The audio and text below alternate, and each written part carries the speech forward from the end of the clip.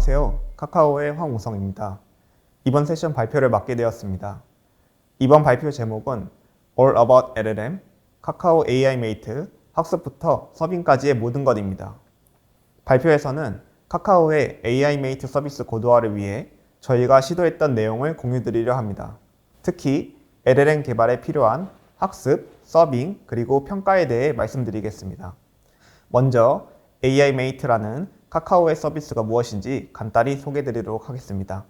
그리고 이어서 관련 연구도 짧게 소개드리도록 하겠습니다. AI Mate는 언어 모델 기반의 챗봇을 활용해서 사용자에게 맞춤형 아이템을 추천해주는 서비스입니다. 먼저 쇼핑메이트는 유저와의 대화를 바탕으로 상황에 맞는 선물을 추천해줍니다. 왼쪽 그림의 사례에서는 집들이에 어울리는 선물을 제안하는 모습을 보실 수가 있습니다. 다음은 로컬메이트입니다. 쇼핑메이트와 비슷하게 대화를 통해 사용자가 원하는 장소를 추천해 주는데요.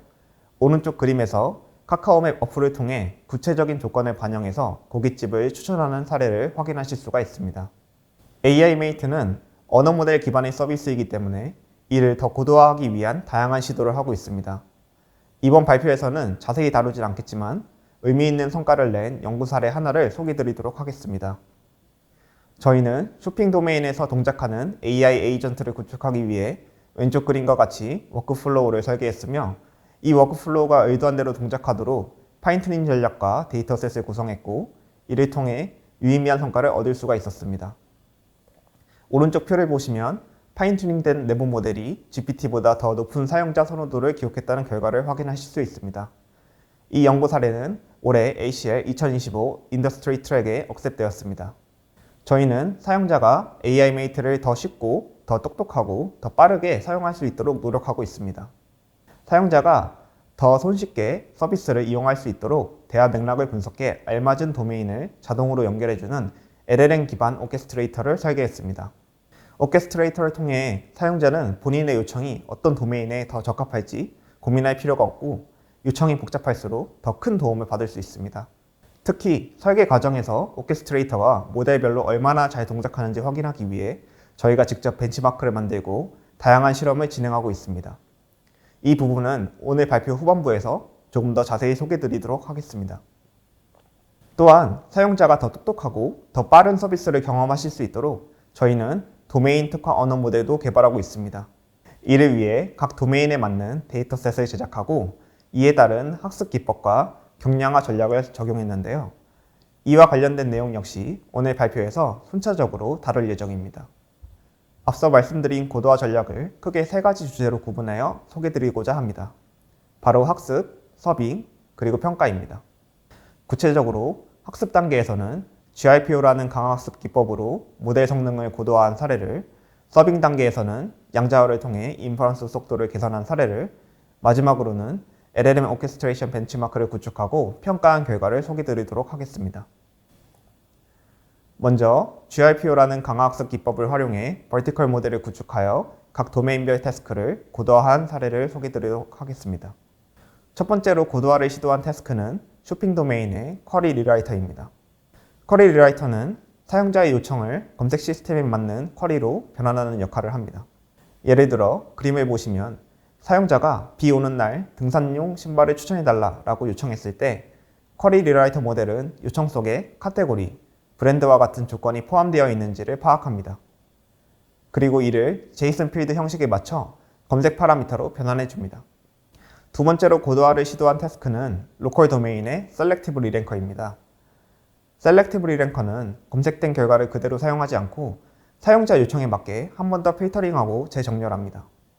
그리고 최종적으로 선정된 아이템에 대해 추천 사유도 생성합니다.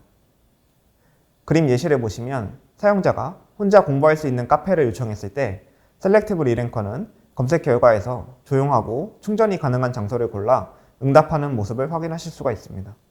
앞서 설명드린 태스크에 특화된 버티컬 모델을 만들기 위해 저희는 고성능 모델로 합성 데이터를 생성하고 이를 기반으로 인스트럭션 모델의 슈퍼바이즈 파인 튜닝을 시도했습니다. 하지만 이런 접근에는 몇 가지 한계가 있었습니다. 첫 번째로 복잡한 태스크일수록 고성능 모델조차 원하는 기준에 미치지 못해 좋은 품질의 합성 데이터를 만들기 어려웠습니다. 두 번째로 휴먼 레이블링을 통해 고품질 데이터를 확보하려 해도 충분한 양을 모으기가 쉽지 않았습니다. 마지막으로 프롬프트가 기획 의도에 맞게 바뀌는 경우 기존 학습 방향과 어긋나면서 성능이 급격히 떨어지는 문제가 있었습니다. 이러한 한계에 대한 대안으로 저희는 GRPO라는 강화학습 전략을 시도했습니다. GRPO는 리워드 펑션을 기반으로 검증 가능한 태스크를 학습하는 데 최적화된 방식입니다. 대표적인 사례로 딥식 R1이라는 오픈소스 모델이 GRPO를 통해 수학과 코딩 성능을 크게 향상시킨 바 있습니다. 저희가 성능을 높이고자 한 태스크 모두 검증 가능한 매트릭으로 표현될 수 있다는 점에 착안해서 GRPO를 적용했습니다. 예를 들어 쿼리 리라이터는 슬롯 필링의 애큐러시, 셀렉티브 리랭커는 랭킹의 F스코어를 리워드 펑션으로 직접 사용했습니다. 또한 성능을 더 끌어올리기 위해 유사한 태스크에서 추론 샘플과 비추론 샘플을 함께 학습하도록 설계했습니다. GRPO를 적용한 이후 기존 방식 대비 유의미한 성능 향상을 확인할 수 있었습니다. 오른쪽 상단 그림과 같이 기존 SFT 방식은 3% 정도 향상이 그쳤지만 GRPO는 약 1000개 내외의 소규모 고품질 샘플만으로도 약 12%라는 큰 성능 향상을 보이는 것을 확인했습니다. 또한 태스크 간 일반화 성능에서도 차이가 있었습니다. 오른쪽 하단 그림과 같이 SFT는 인스트럭션 팔로잉 점수가 마이너스 4% 정도 감소한 반면 GRPO는 오히려 2% 정도 향상을 보이는 것을 확인했습니다. 이러한 결과를 만들기 위해 두 가지 학습 전략을 사용했는데요. 첫째로 과도하게 긴 응답에는 페널티를 부여했고, 둘째로 모델의 최대 응답 길이를 충분히 보장해서 추론 경로를 확보하여 보상 탐색 기회를 늘렸습니다. GRPO를 시도하면서 성과 외에도 두 가지 교훈을 얻을 수 있었습니다. 첫 번째는 보상 로직은 단순할수록 좋다는 점입니다. 보상 함수가 애매하거나 복잡할수록 성능이 떨어지거나 리워드 해킹이 발생할 가능성이 높았습니다. 예를 들어 오른쪽 그림처럼 특정 부적절한 키워드에만 페널티를 주면 모델이 그 키워드를 피하려고 다른 부적절한 키워드를 만들어내는 문제가 생겼습니다. 두 번째는 SFT와 RL은 서로 보완 관계라는 점입니다. SFT는 패턴 학습을 통해 기반을 만들고 RL은 그 기반 위에서 성능을 조정하고 일반화하는 역할을 했습니다. 예를 들어 비추론 모델에 GRPO를 적용했을 때보다 추론 샘플로 SFT를 한 뒤 GRPO를 적용했을 때 학습이 훨씬 더 안정적으로 진행됐습니다. 정리하면 저희는 도메인별 태스크 고도화를 위해 버티컬 언어 모델을 개발했습니다. 기존 합성 데이터를 활용한 SFT에서는 한계가 있었고 이를 보완하기 위해 GRPO라는 강화학습을 적용했습니다. 그 결과 소량 데이터로도 태스크와 일반화 성능이 향상되었고 동시에 효과적인 학습 전략 및 교훈들을 얻을 수 있었습니다. 이어서 언어 모델 인퍼런스 성능 최적화는 양기창 님께서 발표해 주시겠습니다. 다음은 황우성님의 발표를 이어받아 서빙 파트를 발표하게 된 양기창입니다. 저희의 발표 순서는 다음과 같습니다. 첫 번째, 저희의 배경입니다. AI메이트는 사용자의 요청을 받아 여러 가지 툴과 웹서치를 사용하여 저희의 카카오 카나나 플렉스 스몰, 카나나 플렉스 라지라고 하는 두 가지의 자체 모델을 타게 되어 반복적인 요청을 반복하게 되는 서비스입니다. 두 번째, 그리고 요청이 들어오면 리즈닝과 툴을 반복하여 응답을 내는 형태의 서비스다 보니 상대적으로 인풋의 길이가 약 4,000 토큰 정도, 그리고 아웃풋은 약 300 토큰 정도로 상대적으로 인풋의 길이가 조금 더 긴 형태의 서비스라고 할 수 있습니다. 다음은 저희의 목표입니다. 저희 서빙 구조의 원칙은 하나의 모델은 하나의 노드에, 그리고 MOE 모델을 서빙해야 하고 이 노드들을 여러 개로 합쳐서 하나의 클러스터 형태로 운영을 하는 서빙 구조라고 할 수 있을 것 같습니다. 그리고 궁극적으로는 저희는 스루풋, 레이턴시, 메모리 측면의 세 가지의 팩터를 최적화할 수 있는 방법을 고민하였습니다. 결론적으로는 첫 번째, 레이턴시는 줄이고 스루풋은 높이고 그리고 메모리는 줄일 수 있는 최적의 옵션을 찾는 것이 이 서빙 구조의 궁극적인 목표라고 할 수 있습니다. 다음은 본격적으로 나가기 앞서 FP8에 대해서 설명하도록 하겠습니다. 우리가 흔히 보는 오픈소스 LLM 모델들은 BF16 혹은 FP32 형태로 공유된 모델입니다. 이는 프로덕션 형태에서 그대로 쓰기에는 무겁다고 할 수 있습니다. 그래서 이를 보통 8비트 형태로 압축하여 표현을 하는데 크게 퀀타이제이션 그리고 FP8로 나누어 설명할 수 있습니다. 퀀타이제이션 같은 경우는 하나의 텐서 스칼라 값을 스케일링 팩터를 사용하여 256개의 밸류 레인지로 압축을 하는 형태고, FP8 같은 경우는 이 텐서 스칼라를 지수와 가수로 분리하여 지수 가수 영역을 나누어서 관리하는 방법인데요. 저희 모델에서는 E4M3라고 하는 지수가 4개 비트 그리고 가수가 3개 비트를 차지하는 형태의 압축 형태를 사용하였습니다. 또한 FP8은 스케일링 팩터를 가지고 압축하는 다양한 형태의 기법들이 있는데요. 크게 텐서와이즈 그리고 블럭와이즈 기법이 있습니다. 텐서와이즈 같은 경우는 스케일링 팩터를 하나만 가지고 텐서 전체를 관리하는 기법이라고 할 수 있고요. 블럭와이즈 같은 경우는 여러 개의 블럭을 가지고 한꺼번에 압축을 하는 형태라고 할 수 있을 것 같습니다. 그러나 블럭와이즈 같은 경우는 저희가 타겟팅하는 호프 아키텍처에는 최적화되어 있지 않고 보통은 블랙엘 아키텍처에서 많은 성능 향상을 보이는 걸로 알려져 있습니다. 그리고 하나 더 설명드리고 싶은 것은 오픈소스 형태에서 허깅 페이스에서 여러분들이 흔히 보는 모델들은 이 블럭와이즈 FP8 형태이기 때문에 호퍼 혹은 암페어에서 구현을 하기 위해서는 텐서와이즈로 퀀타이제이션이나 FP8을 다시 해주실 필요가 있습니다. FP8 또한 스케일링 팩터를 가지고 다양한 형태로 표현하는 알고리즘이 있는데요. 크게 텐서와이즈 그리고 블럭와이즈 FP8이 있습니다. 블럭와이즈 같은 경우는 여러 개의 블럭을 한꺼번에 관리하여 FP8로 표현하는 방식이고요. 텐서와이즈 같은 경우는 하나의 스케일링 팩터를 가지고 텐서 전체를 관리하는 형태의 압축 형태라고 할 수 있습니다. 여러분들이 허깅 페이스나 오픈소스에서 흔히 보시는 FP8 서픽스가 달려있는 오픈소스 모델들은 모두 이 블럭와이즈 FP8이라고 하실 수 있습니다. 그러나 이 블럭와이즈 FP8 같은 경우는 호프 아키텍처나 암페어 아키텍처에서 현저히 속도가 페널티가 있는 느린 형태의 현상을 경험하실 수 있고요. 그래서 호퍼나 암페어에서 구동을 하기 위해서는 이 텐서와이즈로 한번 다시 FP8 퀀타이제이션을 해주실 필요가 있습니다. 그래서 저희는 이 텐서와이즈 FP8을 수행하게 된 결과 앞서 보이시는 이 표와 같이 처리량은 늘고 속도가 빨라진 현상을 확인할 수 있는데요. 이 매트릭에 대해서 몇 가지만 간단히 소개를 드리면은 스루풋 관련된 노드 굿풋은 한 노드에서 가능한 처리량을 의미하고, 레이턴시 같은 경우는 TTFT는 첫 토큰이 나오는 시간, Tpot은 평균 토큰 생성 시간, 그리고 ITL은 토큰 간의 생성 레이턴시라고 할 수 있습니다. 그리고 이 앞서 보였던 퍼포먼스 향상은 보시다시피 단 3줄의 코드로 가능합니다. 그리고 이를 바로 사용할 수는 없고 캘리브레이션이라고 하는 보정 작업이 필요한데, 이 보정 학습에는 오직 첫 문장의 데이터만 사용하였습니다. 또한 퍼포먼스의 차이가 있을 수도 있는데, 저희가 이 부분에 대해서 실험을 진행해 본 결과 보시는 바와 같이 큰 성능 차이는 없는 것을 확인할 수 있습니다. 또한 카나나 플렉스 라지 모델에서도 동일한 현상을 확인할 수 있습니다. 다음은 저희가 적용한 FP8 기법을 잘 서빙해 줄 수 있는 프레임워크에 관련된 부분입니다. 저희는 엔비디아의 TLT-LLM 아키텍처를 사용을 했고요. 이 아키텍처 같은 경우는 엔비디아에서 운영하는 공식 서빙 엔진이고요. VLLM과 SGLM과 같은 레이어를 의미하는 아키텍처라고 할 수 있습니다.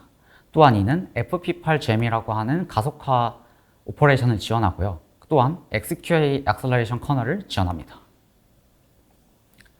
저희가 TLT-LLM 프레임워크를 선정하게 된 배경에는 이 실험 결과가 주요했는데요. 보시다시피 TLT-LLM이 SGLM과 VLLM에 비해서 BF16에서 FP8의 성능 향상폭이 압도적으로 높은 것을 확인할 수 있습니다.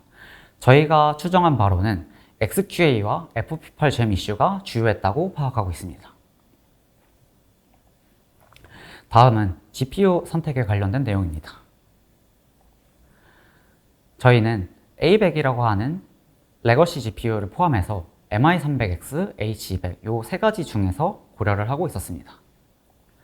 A100 같은 경우는 저희가 타겟팅으로 하고 있는 카나나 플렉스, 즉 MOE 모델에 대한 가속화가 전혀 안 되어 있고 FP8을 적용했을 때 BF16 대비 느린 현상을 확인할 수 있었습니다. 그래서 두 가지 옵션을 가지고 추가적으로 확인을 해본 결과 MI300X와 H200이 있는데 MI300X 같은 경우는 가성비가 좋은 GPU라고 할 수 있고요.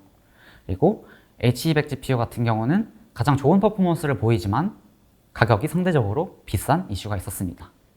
저희는 이를 위해서 MI300X와 H200을 비교를 한 결과 H200이 BF16에서 FP8로 넘어간 성능 향상 폭이 이 가성비를 압도할 정도로 좋은 결과를 보였기 때문에 저희는 결론적으로 H200을 차용하여 서빙에 사용하였습니다. 결론적으로 아래와 같은 성능 향상을 보였습니다. 처리량은 2배, 또한 속도도 최소 2배 이상의 향상된 결과를 보였습니다. 이상 서빙의 발표를 맡은 양기창이었습니다. 안녕하세요. 카카오 안혜림입니다. 앞선 발표에서는 모델 학습과 서빙 최적화에 대해 말씀드렸습니다. 학습과 서빙이 단일 모델의 성능을 극대화하는 과정이라면 제가 이어서 다룰 주제는 도메인 특화 모델들을 실제 환경에서 어떻게 연결하고 협력하게 만들 것인가입니다. 이를 위해서 저희는 LLM 오케스트레이션 벤치마크를 개발하게 되었습니다. 이제부터는 복잡한 시나리오 속에서 오케스트레이션 모델이 어떻게 계획을 세우고 모델을 조율하며 다양한 도구를 효과적으로 활용할 수 있는지를 평가하는 방법에 대해 말씀드리겠습니다.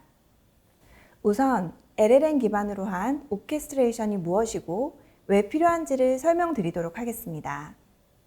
이 슬라이드는 LLM 오케스트레이션의 구조와 장점을 한눈에 설명하고 있는데요. 왼쪽에는 단일 모델 하나로는 해결하기 어려운 복잡한 문제를 안고 있는 사용자가 있습니다. 그리고 중앙에 위치한 LLM 기반의 오케스트레이터는 사용자의 복잡한 요구를 작은 단위로 나누어 계획을 세우고 이를 적절히 조율합니다. 이후 오른쪽에 있는 여러 도메인 특화 LLM들을 호출하게 됩니다. 각각은 쇼핑, 장소, 여행, 일정 관리처럼 특정 영역의 강점을 가진 모델들입니다.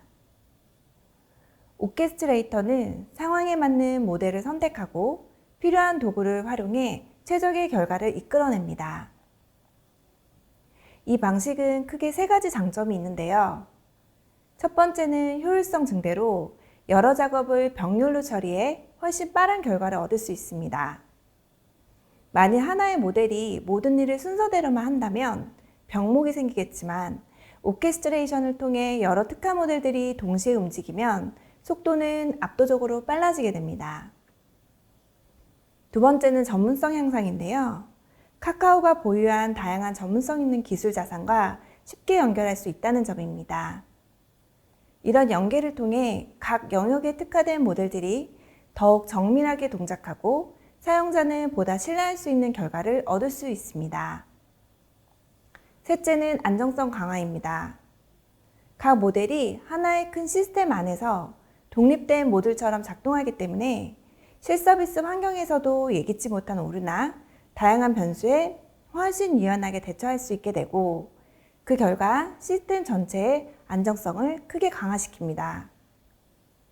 이처럼 오케스트레이션은 다양한 모델들이 실제 서비스 환경에서 안정적으로 동작하도록 만드는 과정을 말합니다. 다음으로는 리얼월드 예시를 통해 오케스트레이션의 필요성을 설명드리겠습니다. 멀티도메인 LLM을 기반으로 한 복잡한 플래닝이 필요한 사례를 보여드리겠습니다. 이 사용자 바라는 택시 예약이라는 하나의 목표를 가지고 있지만 이를 수행하기 위해서는 비행기 도착 시간을 확인해야 하고요. 예약된 숙소 내용을 확인한 후 주소를 가져와야 하지만 그 목표를 이룰 수 있습니다. 이들처럼 사용자의 요청은 여러 도메인 모델들이 순차적으로 협력해야 풀어낼 수 있는 복잡한 과정이란 점을 알 수 있습니다. 또 다른 경우는 대화 도중 사용자의 의도가 다이나믹하게 변하는 시나리오입니다. 예와 같이 선물 추천을 요청하다가 추천 선물 예산을 10만 원대로 줄이는 계획 변경이 일어나기도 하고요. 노이즈 캔슬링 기능을 질문하는 새로운 계획이 생기기도 합니다. 결국 다른 선물을 요청하여 기존 계획이 취소되기도 합니다. 이처럼 오케스트레이터는 미리 정해진 절차를 수행하는 것이 아니라 대화 중간에 발생하는 계획 변경이나 추가 질문에도 유연하게 대응할 수 있어야 합니다. 또한 실서비스에서 고려해야 하는 다양한 제약사항을 잘 반영해야 되는 사례인데요. 사용자가 3시 10분에 치과 예약을 요청했고, 이를 수행하기 위해 플레이스 모델은 장소 예약이라는 적절한 툴을 선택하게 됩니다. 이때 툴에 명시된 다양한 비즈니스 제약사항을 확인하게 되는데요. 예시와 같이 정각 또는 30분 단위로만 예약 가능하다는 제약사항을 반영하여 사용자에게 적절한 시간을 재요청해야 합니다. 이와 같이 단순한 사용자 요청에도 실제 비즈니스 환경에서는 구체적이고 복잡한 제약사항을 충족시켜야 하지만 실행 가능한 액션으로 이어질 수 있습니다. 이제부터는 앞선 사례를 충분히 고려하여 제작한 LLM 오케스트레이션 벤치마크를 소개하도록 하겠습니다. 핵심 평가 영역은 크게 2가지입니다. 첫 번째는 여러 LLM을 어떻게 계획하고 조정하는가인 플래닝 능력이고, 두 번째는 다양한 도구를 얼마나 효과적으로 선택하고 활용하는가인 툴 사용 능력입니다. 다음은 저희 벤치마크의 강점을 몇 가지로 정리해 보았습니다. 먼저 플래닝 평가인데요. 작업을 쪼개서 순차적으로 진행할지 아니면 동시에 병렬로 할지를 결정하고, 작업 간의 관계나 진행 상태 관리 등 상세한 평가가 가능해집니다. 다음은 실서비스 수준의 툴 사용 평가입니다. 실제 서비스 제약을 반영한 복잡한 상황에서 다양한 툴을 활용해 평가가 이루어지게 됩니다. 그리고 또 중요한 점은 계획을 세우는 능력과 실제 실행 능력을 분리해서 볼 수 있다는 겁니다. 그래서 플래닝을 잘하는 모델과 툴 활용 능력이 좋은 모델을 구분해서 확인할 수 있습니다. 또 하나의 큰 특징은 모든 시나리오가 100% 수동 제작이라는 점인데요. 실제 사용자 환경을 최대한 그대로 반영하여 제작하였습니다. 다섯 번째는 한국어 기반 다국어 벤치마크라는 점입니다. 한국어 환경의 복잡한 시나리오뿐만 아니라 한국어와 영어 각각의 언어 환경에서도 평가가 가능합니다. 마지막으로는 지속적인 업데이트입니다. 새로운 도메인과 시나리오를 계속해서 반영하고 있고요. 앞으로는 MCP 연계 시나리오까지 확장할 계획입니다. 다음으로는 이렇게 설계된 벤치마크의 실제 데이터 구성을 소개해 드리도록 하겠습니다. 저희 벤치마크는 실서비스로 확장 가능한 17개 대표 도메인을 기반으로 설계하였고요. 여행, 금융, 캘린더, 메시지, 날씨, 쇼핑 등 일상적이고 다양한 영역을 아우릅니다. 실제 하는 특정 서비스에 종속되지 않고 다양한 시나리오에 적용 가능한 독립적이고 범용적인 벤치마크로 제작하였습니다. 또한 다양한 태스크를 세밀하게 다루기 위해 도메인별 복잡한 특성을 반영한 99개의 가상 툴을 설계하였습니다. 기존의 툴콜 벤치마크는 다양하게 존재하고 있는데요. 대부분 툴 형식이 단순해 실제 서비스 환경의 복잡성을 충분히 반영하지 못하고 있습니다. 저희는 이러한 한계를 고려해 실제 서비스와 유사한 시뮬레이션 형태로 툴콜 결과를 제공하도록 설계하였습니다. 다음은 현재까지 구축된 데이터 규모입니다. 저희 데이터는 한국어와 영어로 구축되어 있는데요. 각 언어별로 약 220여 개의 세션 단위로 구성되어 있습니다. 여기서 세션이란 여러 턴이 모여 맥락을 이루는 하나의 대화 묶음을 의미합니다. 그리고 각 세션은 단순한 대화가 아니라 여러분의 플래닝 과정과 펑션 콜링을 포함하는 시나리오로 설계되어 있습니다. 오른쪽 차트는 도메인별 분포를 보여주는데요. 각 도메인별 툴 개수가 다 다르기 때문에 같은 비율로 분포하기는 어려우나 다양한 도메인을 다루고 있음을 알 수 있습니다. 다음은 각 세션이 어떻게 구성되어 있는지를 조금 더 구체적으로 보여주는 통계입니다. 첫 번째 그래프는 세션당 플래닝 개수인데요. 대부분 2회에서 3회, 최대 7회까지의 플래닝을 포함하고 있고요. 이는 한 세션의 데이터에도 여러 차례의 계획 수립 과정을 거친다는 점을 보여줍니다. 두 번째 그래프는 세션당 도메인 개수입니다. 대부분 2개 이상의 도메인을 포함하고 있으며 이는 멀티 도메인을 오고 가는 복잡한 시나리오를 반영하고 있음을 보여줍니다. 이를 통해 저희 데이터는 멀티턴, 멀티 도메인, 복합적인 구조의 플래닝을 담고 있다는 점이 특징이라고 말할 수 있습니다. 다음으로 이 벤치마크의 평가 결과를 간략하게 말씀드리겠습니다. 이번 발표에 저희가 공유드릴 평가 매트릭은 크게 2가지입니다. 플래닝 능력은 사용자의 발화로부터 모델이 작업을 어떻게 나누고 그 순서를 어떻게 설계하며 어떤 모델을 선택하는지를 정답셋과 비교하여 평가합니다. 툴 콜리 능력은 모델이 추출한 툴과 키 밸류 각각을 따로 F1 스코어로 계산한 뒤 그 결과의 평균을 최종 점수로 사용하였습니다. 이는 한국어 평가셋 기준 결과입니다. 플래닛 능력은 제미나이 모델이 좋은 성능을 보였고요. 펑션 콜링 능력은 대부분의 모델들이 상향 평준화되어 있음을 알 수 있는데요. 그 중에서도 클로드 소넷 모델이 가장 좋은 성능을 보여줍니다. 또한 현재 개발하고 있는 내부 모델인 카나나 플렉스 모델은 각각 0.73, 0.81 정도의 성능을 보여주고 있습니다. 이외에도 세부 평가 방법, 데이터, 영어 평가 결과는 앞으로 오픈소스와 논문으로 공개할 예정이니 참고 바랍니다. 여기까지 준비한 발표를 마무리하도록 하겠습니다. 긴 시간 발표를 들어주셔서 감사합니다.